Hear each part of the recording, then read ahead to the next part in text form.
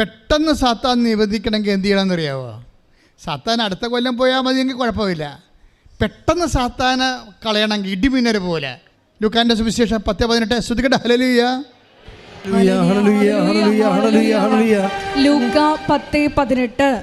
അവൻ പറഞ്ഞു സാത്താൻ സ്വർഗത്തിൽ നിന്ന് ഇടിമിന്നൽ പോലെ നിബദിക്കുന്നത് ഞാൻ കണ്ടു. അപ്പൊ സാത്താനെ വേണമെങ്കിൽ നാളെയും കളയാം, മറ്റന്നാളും കളയാം, അതുപോലെ തന്നെ അടുത്ത കൊല്ലവും കളയാം. നിങ്ങൾക്ക് ഇഷ്ടമുള്ളപ്പോൾ കളഞ്ഞാൽ മതി. പക്ഷേ ഇടിമിന്നൽ പോലെ കളയണമെന്നുണ്ടെങ്കിൽ എന്ത് ചെയ്യണം? നിങ്ങൾ ചെയ്യണ തിന്മകളെ പുറത്താക്കണത് അതിനൊരു സൂത്രപ്പണിയുണ്ട്. സാത്താനെ പെട്ടെന്ന് കളഞ്ഞ് പെട്ടെന്ന് ഉടമ്പടി അനുഭവമാക്കാൻ ഒരു സൂത്രപ്പണിയുണ്ട്. ഇടിമിന്നൽ എന്ന് പറഞ്ഞാൽ എന്താണ്? ക്ഷണനേരം കൊണ്ടായിരുന്നു ഇടിമിന്നൽ പെടയെന്ന് പറയും അല്ലേ? ആ സ്വരമല്ല പ്രശ്നം, അതിൻ്റെ സമയമാണ് പ്രശ്നം. ഇടിമിന്നൽ പോലെ പ്രകാശത്തിനേക്കാൾ വേഗത്തിലാണ് ഈ സാധനം വരുന്നത്. അങ്ങനെ ഉടമ്പടി വേഗത്തിലാക്കണമെങ്കിൽ ഒരു സൂത്രപ്പണിയുണ്ട്. എന്താണെന്നറിയാവോ? നിങ്ങൾ ഏത് തിന്മകളാണ് നിങ്ങൾ പുറത്താക്കാൻ ഉദ്ദേശിക്കുന്നത്? മദ്യപാനമോ മദ്യോത്സവമോ ആഭിചാരമോ വ്യഭിചാരമോ ഏത് തിന്മകളാണ് നിങ്ങൾ ചെയ്യാൻ ഉദ്ദേശിക്കുന്നത്? ആ തിന്മകൾക്ക് വേണ്ടി പരിഹാരം ചെയ്ത ക്രിസ്തുവിൻ്റെ നാമത്തിൽ ചെയ്യണം. അതാണ് 10:17. ശ്രദ്ധിക്കട്ടെ.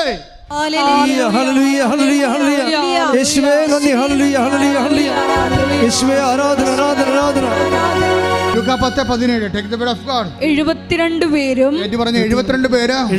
പേരും സന്തോഷത്തോടെ തിരിച്ചു വന്ന് പറഞ്ഞു, കർത്താവേ, നിന്റെ നാമത്തിൽ പിശാചുക്കൾ പോലും ഞങ്ങൾക്ക് കീഴ്പ്പെടുന്നു. തിന്മകളെ നിങ്ങൾ പുറത്താക്കുമ്പോൾ ഓർക്കുക, അത് ക്രിസ്തുവിന്റെ നാമത്തിൽ ചെയ്താൽ സാത്താൻ ഇടിമിന്നൽ പോലെ വീഴും, പെട്ടെന്ന് സ്പീഡാവും. നിങ്ങൾക്ക് വേണേ സഹോദരനല്ലേ, നമ്മുടെ സഹോദരനല്ലേ, നാളെയും കാണേണ്ടവരല്ലേ, നാട്ടുകാരല്ലേ, നാളെയും കാണേണ്ടവരല്ലേ എന്ന് പറയുമ്പോൾ അവൻ്റെ നാമത്തിലാവും. മനസ്സിലായില്ലേ? ഇതിനകത്ത് കളിയുണ്ട്, കളി പഠിക്കണം, അതിനെ പറ്റത്തില്ല. ഇപ്പോൾ സഹോദരനല്ലേ, നമ്മൾ ബന്ധുക്കാരാകാൻ പോകുകയില്ലേ? ഇപ്പം അവൻ്റെ പെങ്ങളെ കെട്ടാൻ പോവുകയും നമ്മൾ ബന്ധുക്കാരാകാൻ പോണതല്ലേ, അതുകൊണ്ട് നമുക്ക് ക്ഷമിച്ചേക്കാം എന്ന് പറഞ്ഞാൽ ബന്ധുക്കളുടെ നാമത്തിലാവും. മനസ്സിലായ? അതാണ് പ്രശ്നം. നിങ്ങളത് ക്രിസ്തുവിന് എന്ത് നന്മ ചെയ്തിട്ട് കാര്യമില്ല. ഇവിടെ നന്മക്കൂടെ കുറവുണ്ടായത് കൊണ്ടല്ല ക്രിസ്തുവിന് ക്രൂശിക്കപ്പെടേണ്ടി വന്നത്. ഈ ക്രിസ്തുവിന് മുമ്പ് എന്തുമാത്രം നല്ല മനുഷ്യരുണ്ടായിരുന്നു ഇവിടെ. അപ്പം നല്ല മനുഷ്യരാക്കാൻ വേണ്ടിയാണ് ക്രിസ്തു ക്രൂശിക്കപ്പെട്ടത്? നോ. ക്രിസ്തുവിന് മുമ്പല്ലേ നമ്മുടെ ശിബി രാജാവ് എത്ര മിടുക്കനായിരുന്നു അല്ലേ? ആ കഴുകന് വേണ്ടി അദ്ദേഹത്തിന് തൊടയില മാംസമാണ് കൊടുക്കണത്. അത്രയും നല്ല മനുഷ്യർ ഇന്ത്യയിൽ ജീവിച്ചിരുന്നതാണ്. അത്രയും വലിയ രാജ്യത്താണ് നമ്മളിവിടെ ജീവിക്കുന്നത്. അതാണ് നമ്മുടെ പാരമ്പര്യം എന്ന് പറയണത്. അപ്പം നല്ല മനുഷ്യർക്ക് കുറവൊന്നുമില്ല. ക്രിസ്തുവിന് മുമ്പല്ലേ സോക്രട്ടീസ് ജീവിച്ചിരുന്നത്. സോക്രട്ടീസ് എന്താ കുഴപ്പമുണ്ടായത്? മതം ഏതായാലും മനുഷ്യൻ നല്ലതായത് മതിയെന്ന് പറഞ്ഞു കഴിഞ്ഞാൽ ക്രിസ്ത്യാനിക്ക് അത് ആപ്ലിക്കബിൾ അല്ല. കാര്യം ഇവിടെ നല്ല മനുഷ്യർ ഇല്ലാഞ്ഞിട്ടല്ല ക്രിസ്തു ക്രൂശിക്കപ്പെട്ടത്. ക്രിസ്തു ക്രൂശിക്കപ്പെട്ടത് ഞാനും നീയും പാപിയായതുകൊണ്ടും നിത്യജീവൻ നഷ്ടപ്പെട്ടതുകൊണ്ടും പാപത്തിന് പരിഹാരം ചെയ്യാൻ അവന് മാത്രം അധികാരമുള്ളത് കൊണ്ടും അത് ആ അവകാശത്തിൽ അവനത് പരിഹാരം ചെയ്തപ്പോൾ ആ പരിഹാരത്തെ ദൈവം സ്വീകരിച്ചുകൊണ്ട് മരണത്തെ ജയിച്ച് അവൻ ഉയർത്തെഴുന്നേൽപ്പിച്ചപ്പോൾ അവൻ്റെ ഉയർപ്പിൽ പങ്കാളിത്തം നമുക്ക് ലഭിക്കുമ്പോൾ, അവൻ വിശ്വസിക്കുമ്പോൾ നമുക്ക് പങ്കാളിത്തം ലഭിക്കുമ്പോൾ, അവൻ്റെ ഉയർപ്പിൽ പങ്കാളിത്തം ലഭിക്കുമ്പോൾ നമ്മൾ നിത്യമായി ജീവിക്കാൻ വേണ്ടിയാണ് ക്രിസ്തു ക്രൂശിക്കപ്പെട്ടതെങ്കിൽ എൻ്റെ ദൈവ പൈതൽ ക്രിസ്തുവിന് വേണ്ടി ജീവിക്കാൻ വേണ്ടി തിന്മകളെ ഉപേക്ഷിച്ചുകൊണ്ട് ക്രിസ്തുവിന്റെ പുനരുത്ഥാനത്തെ ഏറ്റുപറഞ്ഞുകൊണ്ട് നിത്യജീവൻ പ്രാപിക്കാൻ ക്രിസ്തുവിന് വിശ്വസിക്കുന്നെങ്കിൽ ആ വിശ്വാസം തന്നെയാണ് സാത്താനെ പുറന്തള്ളുന്ന വിശ്വാസം. ആ വിശ്വാസം തന്നെയാണ് തിന്മകളിൽ നിന്ന് നന്മകളെ നയിക്കുന്നതെങ്കിൽ നമ്മൾ വിശ്വസിക്കുന്നത് ക്രിസ്തുവിന്റെ പുനരുത്ഥാനത്തിലാണ്. ദിശിത്തവേണി പരമദിവ്യകാരുണ്യത്തിന് എൻ്റെ പ്രിയപ്പെട്ടവർ, നെയ്യപ്പം തിന്നാൽ അതുപോലെ തന്നെയാണ് ഈ തിന്മകളുടെ ശക്തികളെ നമ്മുടെ ജീവിതത്തിൽ നമ്മൾ പുറന്തള്ളുമ്പോൾ ആരുടെ നാമത്തിൽ? ക്രിസ്തുവിൻ്റെ നാമത്തിൽ. അപ്പോൾ എന്നാ സംഭവിക്കും? ദൈവം മഹത്വപ്പെടും. അപ്പോൾ എന്ത് സംഭവിക്കും? നമുക്ക് അടയാളം കിട്ടും. പക്ഷേ അടയാളം കിട്ടണ ഒരു കാര്യമല്ല, രണ്ട് കാര്യം കൊണ്ട് നടക്കുക. എന്താ സംഭവിക്കണത്? നിങ്ങൾ അടയാളം കണ്ടത് കൊണ്ടല്ല, മറിച്ച് നിങ്ങളുടെ പേരുകൾ, അതായത് 10, 20 ലുക്കാന്റെ സുവിശേഷം. ശ്രദ്ധിക്കട്ടെ. ഹല്ലേലൂയ. ലൂക്ക 10:20. എന്നാൽ പിശാചുക്കൾ നിങ്ങൾക്ക് കീഴടങ്ങുന്നു എന്നതിൽ നിങ്ങൾ സന്തോഷിക്കേണ്ട, മറിച്ച് നിങ്ങളുടെ പേരുകൾ സ്വർഗത്തിൽ എഴുതപ്പെട്ടിരിക്കുന്നു എന്നതിൽ സന്തോഷിക്കുകയും.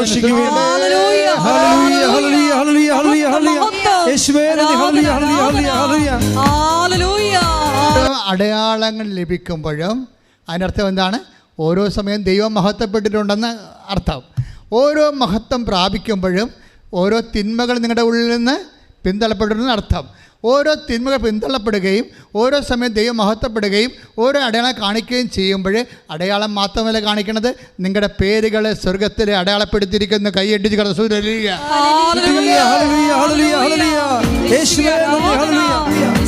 സ്വർഗത്തിൽ പേരെഴുതപ്പെട്ടിരിക്കുന്നു.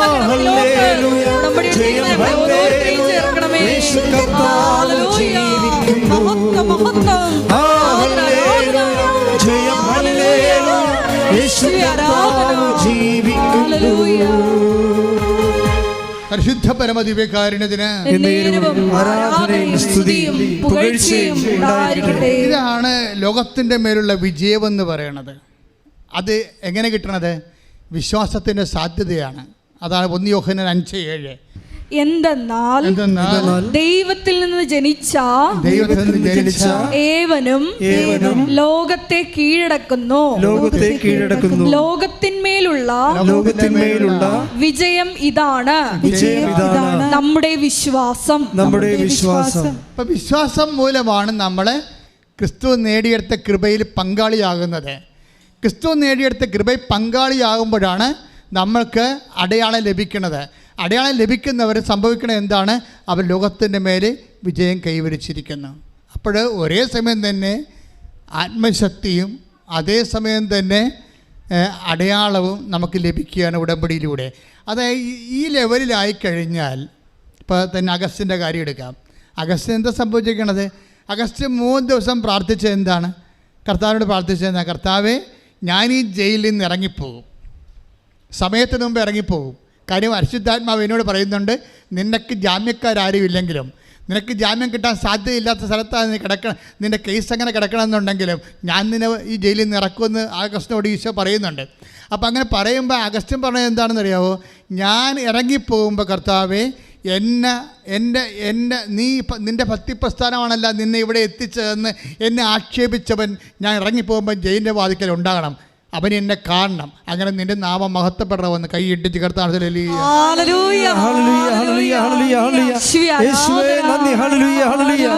ഇത് പ്രാർത്ഥിച്ച് തീരുമ്പോൾ ഒരു സംഭവം നടക്കും. ഈ ജയിലിൽ 3-ാം ദിവസം എന്താ സംഭവിച്ചതെന്നറിയാവോ? ഈ ജയിൽ വാർഡനെ അവിടുന്ന് ആ വാർഡിൽ നിന്ന് മാറ്റും. എന്ന് വെച്ച് കഴിഞ്ഞാൽ അഗസ്റ്റിനെ വേറെ ഒരു ജയിലിൻ്റെ വാർഡിലേക്ക് കൊണ്ടുപോകും. ട്രാൻസ്ഫർ കിട്ടും, ജയിലിൽ ട്രാൻസ്ഫർ. നിങ്ങളവർക്കും പ്രാർത്ഥിക്കുമ്പോൾ ജയിലിൽ ട്രാൻസ്ഫർ കിട്ടും എന്ത് കാണിക്കാനാണ്? ജയിലിൽ നിന്ന് വേറെ ഒരു ജയിലിലേക്ക്. പക്ഷേ അവിടെ എന്നാ പറ്റുമെന്ന് വെച്ചാൽ അഗസ്റ്റിനെ അറിയുന്ന സ്നേഹം കാണിക്കുന്നൊരു വാർഡനെ കിട്ടും. അപ്പോൾ വാർഡനോട് ഇവൻ പറഞ്ഞ ഇത്രയേ ഉള്ളൂ, സാറേ എനിക്കൊരു ഉപകാരം ചെയ്യണം, മറ്റേ സൂപ്രണ്ട് എൻ്റെ ഉടമ്പടി കാശുരം പിടിച്ചു വെച്ചിട്ടുണ്ട്. മറ്റേ സൂപ്രണ്ട് എൻ്റെ ഉടമ്പടി കൃപാസനം പത്രം മേടിച്ച് വെച്ചിട്ടുണ്ട്. മറ്റേ സൂപ്രണ്ട് എൻ്റെ പ്രാർത്ഥന മേടിച്ച് വെച്ചിട്ടുണ്ട്. ആ പ്രാർത്ഥനാ പുസ്തകം ഇങ്ങനെ തന്നാൽ ഞാനിവിടെ ഓക്കെയാണെന്ന് പറയും. എന്താ കാര്യം? പ്രാർത്ഥനാ പുസ്തകം കിട്ടിയാൽ എനിക്ക് പ്രാർത്ഥിക്കാൻ പറ്റും, പിന്നെ ഇവൻ്റെ ജയിലൊന്നും എനിക്ക് പ്രശ്നമല്ല. എൻ്റെ മക്കളെ, ഇത് വേറെ ഒരു ലെവലാണ് ഈ സംഭവം. ഉടനെ ഈ സൂപ്രണ്ട് പോയി ആ പ്രാർത്ഥനാ പുസ്തകവും കൃപാസനം പത്രവും ഉടമ്പടി കാശുരവും കൊണ്ടുവന്ന് ഇവന് കൊടുക്കും. ഇവൻ ഉടനെ ഇവൻ്റെ സഹതടവുകാരുടെ കൂടെ ഈ സംഭവം പ്രാർത്ഥിക്കുകയും ഈ കൃപാസനം പത്രം വായിച്ച് ഇവരെ വിശദീകരിക്കുന്നതാണ് പുള്ളിയുടെ പരിപാടി. അന്നത് മുഴുവനും ഇവൻ്റെ കൂടെ ഉള്ള, ഞാൻ നേരത്തെ പറഞ്ഞില്ലേ, മുസ്ലിംസിലാണ്, ഒരു ക്രിസ്ത്യാനിയും കൂടിയുണ്ട്. ഇവർക്കെല്ലാം കൃപാസനം പത്രം വായിച്ച് കൊടുക്കുകയും മനസ്സിലാക്കി കൊടുക്കുകയും ചെയ്യുന്നതാണ് ഇവൻ്റെ പരിപാടി. വേറെ ഒരു ആകുലതയുമില്ല. ബാക്കിയുള്ള ആകുലതയൊക്കെ കർത്താവിനെ ഏൽപ്പിച്ചിരിക്കുകയാണ്. ഒരു പ്രശ്നം പുള്ളിക്കില്ല. പക്ഷേ ഇത് കൊടുത്ത് ഇതുമായിട്ട് ജീവിക്കുമ്പോൾ അവർക്കറിയാം കാര്യം. ഈ അവിടെ എല്ലാം എല്ലാ ജയിലറയിലും മറ്റേ ക്യാമറ ഇരിപ്പുണ്ട്. അപ്പോൾ ഇവൻ രാത്രി 2 മണിക്കൊക്കെ മുട്ടയെന്ന് പ്രാർത്ഥിക്കുന്നുണ്ട് ഇതിൻ്റെ അകത്ത്, ഈ ജയിലിൻ്റെ അകത്ത്. എനിക്ക് ജയിലിൻ്റെ പുറത്തായിരുന്നപ്പോഴേ ഉപവസിക്കാനൊന്നും അധികം പറ്റിയിട്ടില്ല. ഇപ്പം നല്ല സമയമാണ് എനിക്ക് തോന്നിയെന്ന്. ജയിലില്ലേ ഇപ്പം ഉപവസിക്കാന്നല്ല. അപ്പം ചോറും കൊണ്ട് വരുമ്പോൾ പറയും, സാറേ എനിക്കിന്ന് ഉപവാസമാണെന്ന് പറയും. ഒരാൾ വിശ്വാസം ജീവിക്കുന്ന രീതി കണ്ടില്ലേ? ഒരാൾ വിശ്വാസം ജീവിക്കുന്ന രീതിയാണ് എനിക്കിന്ന്. അപ്പോൾ ആ മനുഷ്യനോട് ഉപവസിക്കുകയാണ്, ജയിലിൽ ഉപവസിച്ച് ഒരു ദിവസം. അപ്പോഴേ അങ്ങനെ പുള്ളിയെ പ്രാർത്ഥിച്ചും കൃപാസന പത്രം പങ്കുവെച്ചും അങ്ങനെ ജീവിക്കാൻ അതിനകത്ത്. പെട്ടെന്ന് അഗസ്റ്റിനോട് പറഞ്ഞു, നീ 7 to 10 ഡേറ്റിൽ നീ ഇറങ്ങിപ്പോവും. ആര്? ആത്മാവ് പറയുകയാണ്. ആത്മാവിനോട് പറയുകയാണ് 7 to 10 ജൂലൈ, ഈ മാസം ജൂലൈ 7-നും 10-നും ഇടയ്ക്ക് നീ ഇറങ്ങിപ്പോവും. അപ്പോൾ അഗസ്റ്റിന് ഒരു വാക്ക് പറഞ്ഞ്, ഞാൻ ഇറങ്ങിപ്പോകണമൊക്കെ ശരി, എനിക്ക് 2:30 ഇറങ്ങണം, അമ്മയെ പ്രത്യക്ഷപ്പെട്ട 2:30 ഈ മനുഷ്യൻ്റെ തലയിൽ പോയിരിക്കുന്ന സംഭവം കണ്ടില്ലേ? അപ്പം നീ 7-നും 10-നും ഇടയ്ക്ക്, ജൂലൈ 7-ാം തീയതിയും 10-ാം തീയതിക്ക് ഇടയ്ക്ക് നീ ഇറങ്ങിപ്പോകുന്ന പരിശുദ്ധാത്മാവ് അറിവ് കൊടുക്കുമ്പോൾ അഗസ്റ്റിൻ പറയും, ഞാൻ ഇറങ്ങിപ്പോകണത് ശരി, പക്ഷേ എനിക്ക് പോകേണ്ടത് 2:30 മണിക്കാണ്, അമ്മ പ്രത്യക്ഷപ്പെട്ട 2:30 മണിക്കാണ്. എൻ്റെ മക്കളെ, ഇന്നത്തെ കാലത്ത് ഈ ഉടമ്പടിയുടെ ഒരു ലെവലിൽ പോകണമെന്ന് വെച്ച് കഴിഞ്ഞാൽ നിങ്ങൾക്കറിയാമല്ലോ, അമ്മയുടെ പ്രത്യക്ഷീകരണത്തിന് വേണ്ടി സ്ഥിരീകരണമായിട്ടാണ് ഉടമ്പടി തന്നിരിക്കുന്നത്. അതുകൊണ്ട് അമ്മ പ്രത്യക്ഷീകരണ പ്രാർത്ഥന ചെല്ലാൻ കാര്യം. ആ പ്രത്യക്ഷീകരണ പ്രാർത്ഥനയും അമ്മയുടെ ഈ നിങ്ങളെ കൃപാസനം പത്രം കൊടുത്തിട്ട് പറയണത് എന്താണ്? അമ്മയുടെ പ്രത്യക്ഷീകരണത്തെക്കുറിച്ചാണ് നിങ്ങൾ പറയേണ്ടത്. അതുകൊണ്ട് ആമിനെ പറയണത്, ഞാൻ വന്ന എല്ലാവരോടും മാതാവിനെക്കുറിച്ചും പ്രത്യക്ഷീകരണത്തെക്കുറിച്ചും പറഞ്ഞ് ബോധ്യപ്പെടുത്തിയിട്ടാണ് ഞാൻ പത്രം കൊടുക്കണമെന്ന് പറയണത്. ഈ മനുഷ്യന്മാരൊക്കെ എന്തെല്ലാം അപകടം പിടിച്ച സ്ഥലങ്ങളിലാണ് കർത്താവിൻ്റെ സുവിശേഷം ചെയ്യണത്. അപ്പോൾ അതുകൊണ്ട് ഇത് കേൾക്കുന്ന എല്ലാവരും എന്തെല്ലാം കേട്ടാലും നിങ്ങൾ പ്രാർത്ഥിക്കേണ്ട ഒരു പ്രാർത്ഥനയുണ്ട്. എന്താണ്? അപ്പാ, ഈശോനെപ്പോലെ ഞാൻ പ്രാർത്ഥിക്കുന്നു, അപ്പാ അങ്ങയുടെ നാമത്തെ മഹത്വപ്പെടുത്തണമേ. അപ്പാ, അമ്മയെപ്പോലെ ഞാൻ പ്രാർത്ഥിക്കുന്നു, ഈശോയുടെ നാമത്തെ മഹത്വപ്പെടുത്തിക്കൊണ്ട് സുവിശേഷമേകാൻ വേണ്ടി എന്നെ അഭിഷേകം ചെയ്യണമേ. അങ്ങനെ നീ പ്രാർത്ഥിച്ചു കഴിയുമ്പോൾ നീ ദൈവത്തിൻ്റെ സ്വന്തമായി മാറും. ദൈവത്തിൻ്റെ സ്വന്തമായി മാറിയ ദൈവ പൈതലായി മാറും. ദൈവ പൈതലായി മാറിയാൽ പിന്നെ എല്ലാം നിനക്ക് അവകാശമായി മാറുകയാണ്. അല്ല, നീ ഇപ്പോൾ വേറൊരു വ്യക്തിയായിട്ട് നിൽക്കുന്നിടത്തോളം കാലം ദൈവത്തിന് നിന്നെ സഹായിക്കുന്നതിന് പരിമിതികളുണ്ട്. പക്ഷെ നീ ദൈവത്തിൻ്റെ സ്വന്തം മകനായി മകളായി മാറുന്ന മക്കളാണെങ്കിൽ ആരാണെന്ന് അവകാശിക്കട്ടെ. ശ്രദ്ധിക്കട്ടെ.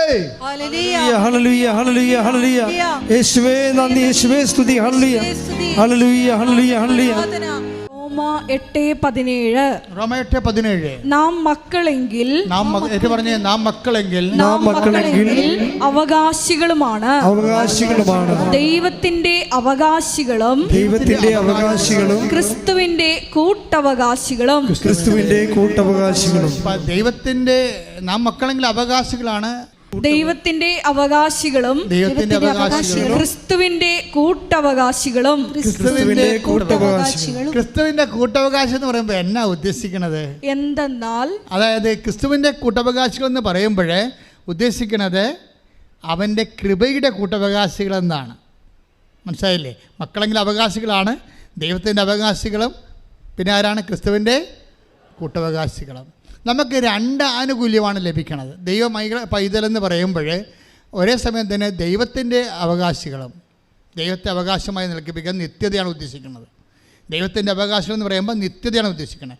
ക്രിസ്തുവിൻ്റെ കൂട്ടവകാശികൾ എന്ന് പറയുമ്പോൾ കൃപയാണ് ഉദ്ദേശിക്കുന്നത്. എന്താ കാര്യം? അവൻ്റെ നാമത്തിൽ വിശ്വസിക്കുന്നവർക്കെല്ലാം പറഞ്ഞേ, അവന്റെ നാമത്തിൽ വിശ്വസിക്കുന്നവർക്കെല്ലാം കൃപയ്ക്ക് മേൽ കൃപ ലഭിച്ചിരിക്കുന്ന, അവന്റെ നാമത്തിൽ വിശ്വസിക്കുന്നവർക്കെല്ലാം കൃപയ്ക്ക് മേൽ കൃപ ലഭിച്ചിരിക്കുന്നു. ഈ ക്രിസ്തുവിന്റെ കൂട്ടവകാശികൾ, take the word of God, ദൈവത്തിന്റെ അവകാശികളും ക്രിസ്തുവിന്റെ കൂട്ടവകാശികളും. അപ്പോഴേ അതെന്താണെന്ന് അച്ഛൻ പറഞ്ഞത്? അത് അവന്റെ നാമത്തിൽ വിശ്വസിക്കുന്നവർക്കെല്ലാം. യോഹന്നാൻ 1:12 തന്നെ സ്വീകരിച്ചവർക്കെല്ലാം, തന്റെ നാമത്തിൽ വിശ്വസിക്കുന്നവർക്കെല്ലാം ദൈവമക്കളാകാൻ അവൻ കഴിവ് നൽകി. നമുക്ക് ദൈവത്തിന്റെ അവകാശികൾ എന്ന് പറയുമ്പോൾ ഒന്ന് ദൈവമക്കളാകാനുള്ള കഴിവാണ്. അത് നമുക്ക് കിട്ടുന്ന അവകാശം നിത്യതയാണ്. പിന്നെ എന്താ? ക്രിസ്തുവിന്റെ കൂട്ടവകാശികൾ എന്ന് പറഞ്ഞിരിക്കുമ്പോൾ എന്താ ലഭിക്കുന്നത്? യോഹന്നാൻ 1:16 ലഭിക്കുന്നത്. Take the word of God. ശ്രദ്ധിക്കട്ടെ. ഹല്ലേലൂയ. യോഹന്നാൻ 1:16 അവന്റെ പൂർണ്ണതയിൽ നിന്ന് നാം എല്ലാം കൃപയ്ക്കുമേൽ കൃപ സ്വീകരിച്ചിരിക്കുന്നു. ഗ്രേസ് അപ്പോൺ ഗ്രേസ്, കൃപയ്ക്ക് മേൽ കൃപ. Praise the Lord. കൃപയ്ക്ക് മേൽ കൃപ ലഭിക്കണമെങ്കിൽ എന്ത് ചെയ്യണം? ക്രിസ്തുവിന് കൃപ ലഭിച്ചത് എങ്ങനെയാണ്? ഇതാ ഞാൻ മഹത്വപ്പെടുത്തിയിരിക്കുന്നു, ഇനിയും മഹത്വപ്പെടുത്തുമെന്ന് പറഞ്ഞത് എന്തിനെക്കുറിച്ചാണ്? ക്രിസ്തുവിൻ്റെ കുരിശാരോഹണത്തെ ദൈവം മഹത്വപ്പെടുത്തുമെന്നാണ് പറഞ്ഞിരിക്കുന്നത്. ക്രിസ്തുവിന് കൃപ ലഭിച്ചത് എങ്ങനെയാണ്? ക്രിസ്തു പാപത്തിന് പരിഹാരമായിട്ട് കുരിശെടുത്തപ്പോഴാണ് ക്രിസ്തു കുരിശുമരണത്തിൽ മഹത്വപ്പെട്ടതെങ്കിൽ ഒരു മനുഷ്യർ അവൻ്റെ നാമത്തിൽ വിശ്വസിക്കുന്നവർക്കെല്ലാം, അവൻ്റെ കുരിശുമരണത്തിൽ വിശ്വസിക്കുന്നവർക്കെല്ലാം, അവൻ്റെ കുരിശുമരണം നമ്മുടെ പാപത്തിന് പരിഹാരമാണെന്ന് വിശ്വസിച്ചുകൊണ്ട് പാപത്തിന് പരിഹാരം ചെയ്യുന്നവർക്കെല്ലാം, പാപത്തെ വെറുത്തുപേക്ഷിക്കുന്നവർക്കെല്ലാം, അവൻ്റെ നാമത്തിൽ വിശ്വസിക്കുന്നവർക്കെല്ലാം കൃപയ്ക്ക് മേൽ കൃപ ലഭിച്ചിരിക്കണമെന്ന് പറയുമ്പോൾ നമുക്ക് ലഭിക്കണത് എന്താണ്? അവൻ്റെ കൂട്ടവകാശം എന്ന് പറയുമ്പോൾ എന്താ നമുക്ക് ലഭിക്കണത്? 8:17 പറയുന്ന, റോമായിൽ പറയുന്ന യേശുവിൻ്റെ കൂട്ടവകാശികൾ എന്ന് പറയുമ്പോൾ നമുക്ക് ലഭിക്കണത് എന്താണ്? ഈ കൃപയുടെ കൂട്ടവകാശികളാണ്. നമുക്ക് കൃപയാണ് ലഭിക്കണത്. കൃപ എന്ന് പറയുന്നത് എന്താണ്? ദൈവത്തിൻ്റെ ശക്തിയാണ്. ഇപ്പോൾ അഗസ്റ്റിന് കിട്ടിയിരിക്കുന്നത് എന്താണ്? ദൈവത്തിൻ്റെ ശക്തിയാണ്. അഗസ്റ്റിന് കിട്ടിയിരിക്കുന്നത് എന്താണ്? ഈ ജയിലിൽ കിടന്നുകൊണ്ട് ദൈവത്തെ നാമം വിളിക്കാനുള്ള ആത്മശക്തി ലഭിച്ചിരിക്കുകയാണ്. ഈ ആത്മശക്തിയാണ് ശരിക്കും പറഞ്ഞാൽ നമ്മുടെ അനുഗ്രഹത്തിൻ്റെ മുകളിലുള്ളത്. അതിന് അറിയണം. എഫേസ്യസ് 3:16 എടുത്ത്. എഫേസ്യസ് 3:16 അവിടുത്തെ മഹത്വത്തിന്റെ പറഞ്ഞേ, അവിടുത്തെ മഹത്വത്തിന്റെ സമ്പന്നതയ്ക്ക് യോജിച്ച വിധം അവിടുന്ന് തന്റെ ആത്മാവിലൂടെ നിങ്ങളുടെ ആന്തരിക മനുഷ്യനെ ശ്രദ്ധിക്കട്ടെ.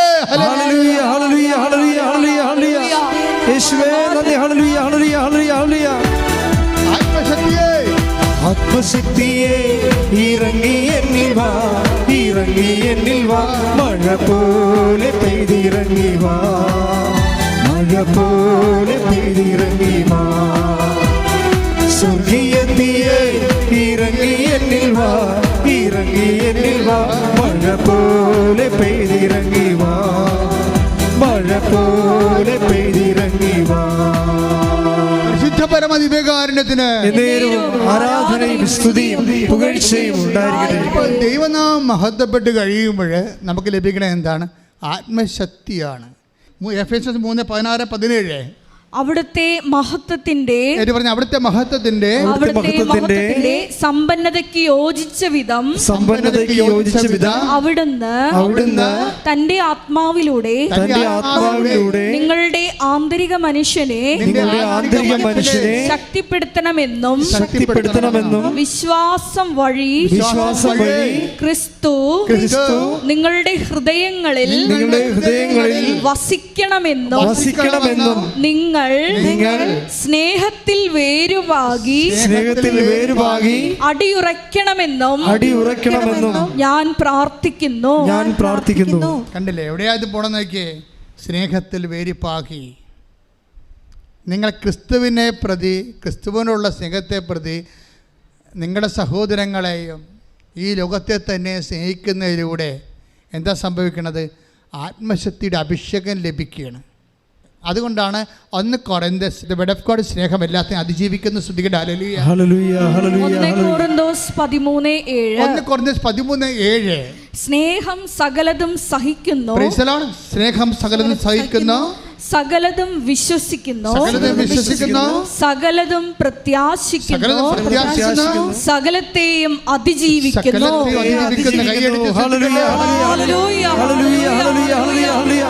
ഞങ്ങളുടെ ജീവിതത്തിൽ ഉണ്ടാകുന്ന വിവിധ പ്രതിസന്ധി ഘട്ടങ്ങളെ സ്നേഹത്താൽ അതിജീവിക്കുവാൻ ഈ ആരാധനയിലൂടെ ഞങ്ങളെ അഭിഷേകം ചെയ്യണമേ.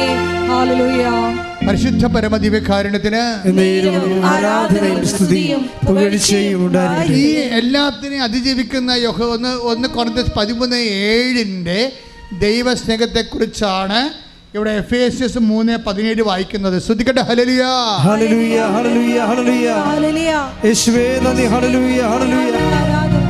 വിശ്വാസം വഴി ക്രിസ്തു നിങ്ങളുടെ ഹൃദയങ്ങളിൽ വസിക്കണമെന്നും പറഞ്ഞ വിശ്വാസം വഴി ക്രിസ്തു നിങ്ങളുടെ ഹൃദയങ്ങളിൽ വസിക്കണമെന്നും നിങ്ങൾ സ്നേഹത്തിൽ വേരുവാകി അടിയുറയ്ക്കണമെന്നും ഞാൻ പ്രാർത്ഥിക്കുന്നു. അപ്പോസ്തലന്റെ പ്രാർത്ഥനയാണ്. അപ്പോസ്തലൻ എഫെസസ് സഭയ്ക്ക് വേണ്ടി പ്രാർത്ഥിക്കുകയാണ്. എല്ലാ സഭകൾക്കും വേണ്ടിയുള്ള അപ്പോസ്തലൻ്റെ സ്വപ്നം അതാണ്. എന്താണ്? നിങ്ങൾ ക്രിസ്തുവിൻ്റെ വിശ്വാസത്തിൽ ക്രിസ്തു നിങ്ങൾ ജീവിക്കണം. പിന്നെന്താണ്? അത് നിങ്ങൾക്ക് ശക്തിപ്പെടുത്തണം. ആ ശക്തിയെക്കുറിച്ച് പറഞ്ഞേ, ശക്തിയെക്കുറിച്ച് വായിച്ച് ശ്രദ്ധിക്കട്ടെ. ഹല്ലേലൂയ. അവിടുത്തെ മഹത്വത്തിന്റെ സമ്പന്നതയ്ക്ക് യോജിച്ച വിധം, അവിടുത്തെ മഹത്വത്തിന്റെ സമ്പന്നതയ്ക്ക് യോജിച്ച വിധം അവിടുന്ന് തന്റെ ആത്മാവിലൂടെ നിങ്ങളുടെ ആന്തരിക മനുഷ്യനെ ശക്തിപ്പെടുത്തണമെന്ന്. ആന്തരിക മനുഷ്യന്റെ ശക്തീകരണം അഗസ്റ്റിനിൽ സംഭവിക്കുന്നത് അതാണ്. എഫെസസ് 3:17 പറയുന്ന ആന്തരിക മനുഷ്യൻ്റെ ശക്തീകരണമാണ് ഈ അഗസ്റ്റിനിൽ സംഭവിക്കുന്നത്. എന്താണ്? അതുകൊണ്ടാണ് ജയിലിൽ കിടന്നുകൊണ്ട് ഈ മനുഷ്യൻ ആ ശക്തിയിലാണ്, ആന്തരിക മനുഷ്യൻ്റെ ശക്തിയിലാണ് ഈ മനുഷ്യൻ പറയണത്. എന്താണ്? അയാളുടെ മുമ്പേ വിശ്വസിച്ചോട് തന്നെ ഞാൻ ഇറങ്ങിപ്പോകും. ഞാൻ ജാമ്യം എടുക്കാനോ അല്ലെങ്കിൽ എനിക്ക് ജാമ്യക്കാരോ ആരുമില്ല. എൻ്റെ ജാമ്യം ആരാണ്? എൻ്റെ അമ്മയാണ് എൻ്റെ ജാമ്യം, പരിശുദ്ധ അമ്മ എന്നെ ഇറക്കും. അപ്പോൾ ആത്മാവ് പറയും നിന്നെ ഇറക്കാൻ തീരുമാനിച്ചിട്ടുണ്ട്. അപ്പോൾ ഉടനെ തിരിച്ച് ദൈവത്തോട് അവൻ പറയും എന്താണ്? എന്നെ ഇറക്കണമെങ്കിൽ അമ്മ പ്രത്യക്ഷപ്പെട്ട സമയത്ത് ഇറക്കണമെന്ന്.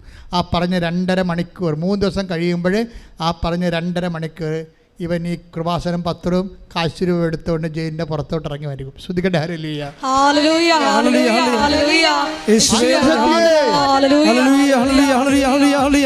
യേശുവേ സ്തുതി. ഹല്ലേലൂയ.